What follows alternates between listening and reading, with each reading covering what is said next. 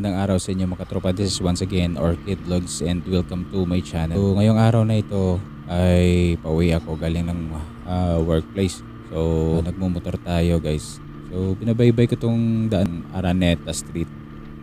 Stoplight papuntang downtown. Habang binabaybay ko tong daan na to is may tignan sumagi sa akin isasakyan yung bus ng Roadstar. Shoutout pala dun sa driver ng Roadstar. Yung biyahe niya is siguro Maaw to Bacolod ito. Habang binabaybay ko yung daan na yan, nandito naman ako sa sa kaliwang lane kasi liliko ako dun sa overpass. So marami akong kasabayan. Kaso lang itong Roadstar na to is puwilit na lumulusot doon sa yung kasama niya na Roadstar din at saka yung isang bus din.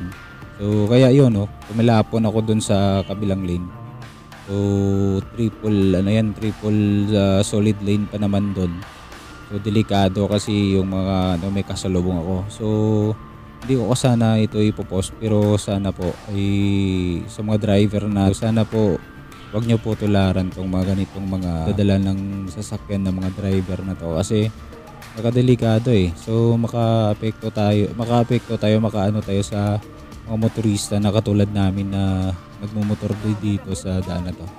So yan lang po, sana po makatawag pansin dun sa driver ng Roadstar na yung ginawa mo po is hindi po maganda. Makadisgrasya po kayo man.